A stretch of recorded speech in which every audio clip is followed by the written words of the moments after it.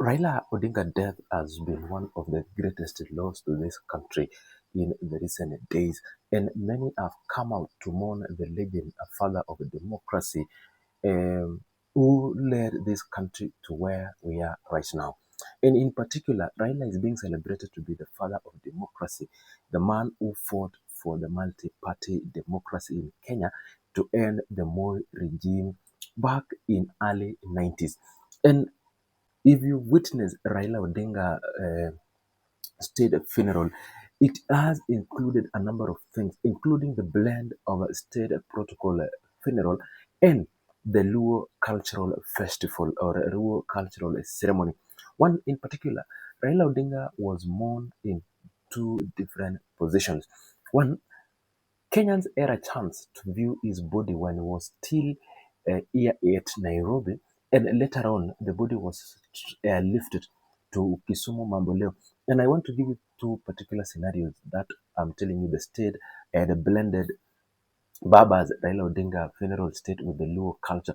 Is one when Raila Odinga died, President William Ruto started by saying that the country will mourn this guy as a use by the use of state function and state funeral. I mean, and when that time comes, people flock to Nyayo Stadium and Kasarani to view the body, and later on, his body was taken to live and back to his home, Karen, where the body rested there the whole night before being transported to being lifted to Kisumu for Mamboleo body viewing by the locals of the Nyanza region. And yesterday night, Raila Odinga actually spent his last night at his home Opoda farm before he's being laid to rest today.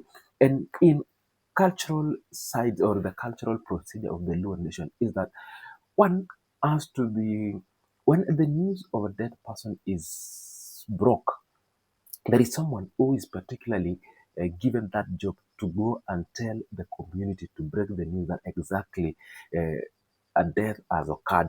And in this case, Raila's elder brother, Oburu Odinga, was the one to break the news to the people of Nyanda when he traveled immediately after President William Ruto announced that Raila Odinga had died. He convened a high security meeting plus the committee meeting, which was co-chaired by Deputy President Kithure Kindiki.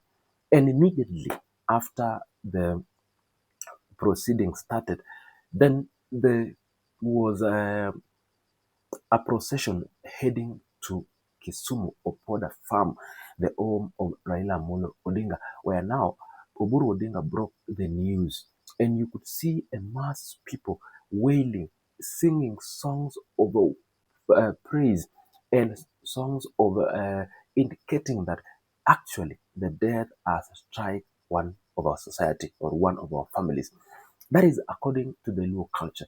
Then later on now, the culture that happened yesterday or that took place yesterday, that uh, Raila was delayed to rest in his home.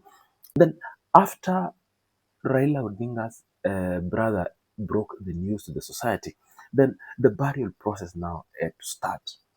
Being the state function, it also had to blend with the Luo culture. And particularly after the news was broke, Oburu Odinga and the community identified a number of men who went to the site where Raila will be laid. And in accordance to the Luo nation, the elder brother or the brother who is brother of the deceased will identify if the father is not there or if the uncle is not there, then it is the mandate of the brother to indicate where the deceased will rest. And upon saying so, Oburu Odinga took the initiative and showed the men who now came up and started digging the graveyard. After the gravesite was dug and everything went as it was, the Luo culture also continues. They observe what we call a vigil. That happened yesterday. The lighting of candles, uh, the singing of praises, songs, and the devoted traditional songs to separate the spirit and the living, to praise the death of living a good life, and to release him or her into the spirit world. That is what happened yesterday. When the body is sleeping at the compound, it is not all about the issues of who and what and why it should happen, but it's only that they do so to separate the dead and the living. And one thing you saw again was the driven of bulls across different factions. There were those coming from the Luya nation, there were those coming from the Kalenjin elders or Kalenjin leaders. There are those who came from even his long-term friend, Prime Cabinet Secretary Musalia Mudavadi, who delivered an those bulls are always being driven in any family.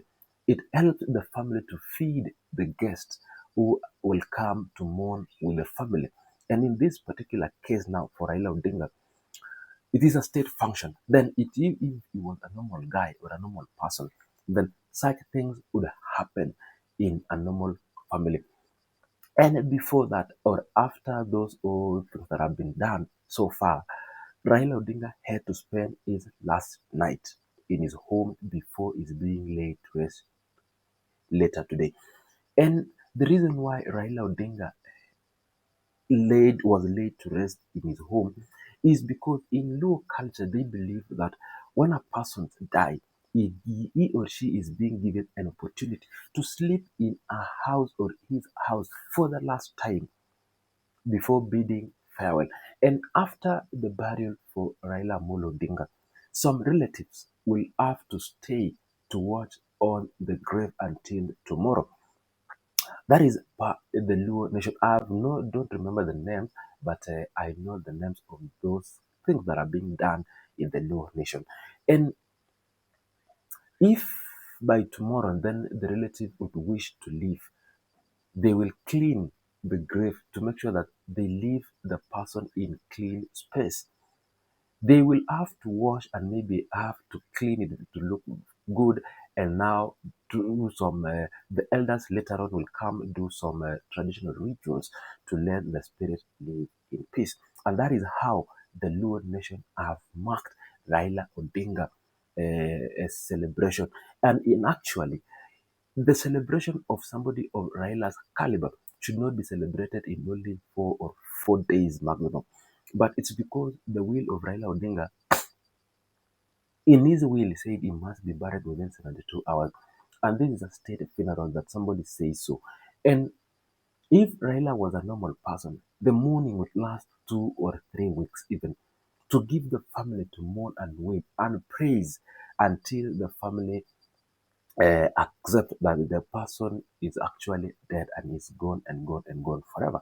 But for Raila's case, this is now about the state and about his will. And it thanks the state that they have merged the culture and also the blend of the state protocol plus the Enlulo culture. That is how it is.